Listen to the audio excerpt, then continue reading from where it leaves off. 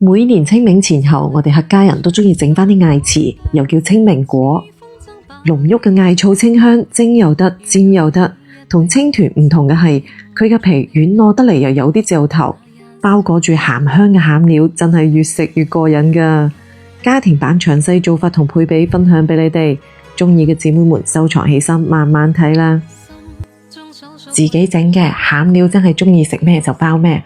我今日整嘅係春筍酸菜餡。筍嘅話呢，我一般都會焯一焯水，大概都係3-5分鐘嘅啫，咁樣可以有效咁去除啲苦澀味。撈返起身之後過凍水，煲到唔使落油，直接倒入啲筍同埋酸菜，先將佢哋炒乾水分，炒出香味。跟住再放入啲豬肉餡，將啲豬肉餡炒鬆炒散，炒出油脂啦，再倒埋頭先炒好嘅酸菜春筍。調味就簡單咁俾啲鹽、生抽、蠔油、老抽上色。鍾意食辣嘅姊妹們呢，可以加返啲小米椒落嚟添。翻兜均勻，炒出醬香味之後，俾返啲生粉水落嚟買個薄芡，炒到咁樣抱團嘅狀態，餡料就準備好啦。跟住到皮嘅部分，呢度係4兩新鮮去咗滾嘅艾葉，煲到水滾，俾返1匙羹度嘅小蘇打啦。呢個係顏色翠綠唔發黑嘅關鍵。擺入啲艾葉落嚟，飛一飛水，全程大概都係1分鐘到嘅啫。撈返起身嚟過凍水。反覆多揸洗幾次，去咗啲苦澀同埋臭車味，碾返乾啲水分，跟住擺入破壁機度，加多1恰度嘅小蘇打嚟固色，倒入400毫升嘅清水，調果梳模式重複打佢2次，打成艾草泥。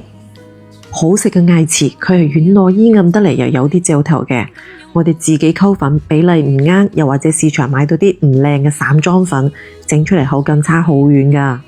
白沙深出呢個板皮專用粉就好方便，佢裏面已經調好咗粘米粉同糯米粉嘅比例，唔使我哋自己記配比去逐樣稱咁麻煩。平時可以用佢整各種口味嘅客家菜版啦。家下我將佢掛喺左下角嘅小黃車度，有需要嘅姊妹們可以點入去睇一睇。一包粉係1斤裝嘅，咁就配400克，即係8兩嘅艾草泥落去，唔好一次過倒晒，留返少少攞嚟走盞。戴住手套，將佢搓成咁樣軟硬適中嘅麵團。呢個時候舊麵團係冇延展性㗎，所以呢，我哋要將佢搣成細細嚿，擺上鑊度。水滾之後再開始計時，大火蒸佢4到5分鐘，蒸成咁樣7-8成熟到嘅麵團，稍為攤凍到冇咁辣手之後呢，轉入個麵墊度，加返1-2匙羹嘅食用油落去啦。呢個時候舊麵團就好好搓㗎啦，搓成咁樣光滑嘅狀態就得啦。分成大概30克度嘅一份。如果你用麵棍碌皮都唔係咁靚嘅話呢，可以試下好似我咁，揾一張油紙，將麵團擺喺油紙1/3嘅位置，再用個平底嘅盤用力咁壓落去，出嚟就係一張又圓又薄嘅板皮㗎啦。包嘅話就個人手法咯，我一般就鍾意兩邊先收口，變成咁樣袋嘅形狀，再放入啲餡料。個皮嘅延展性好好㗎，求其都可以將佢捏緊捏實㗎啦。傻邊嘅話呢，就同包角仔嘅手法係一模一樣嘅，包多幾個你就會好熟手㗎啦。艾糍呢，佢蒸又得，煎又得嘅，因為浸皮已經有8-9成熟㗎啦。水滾之後上鑊，大概蒸4-5分鐘到就得啦。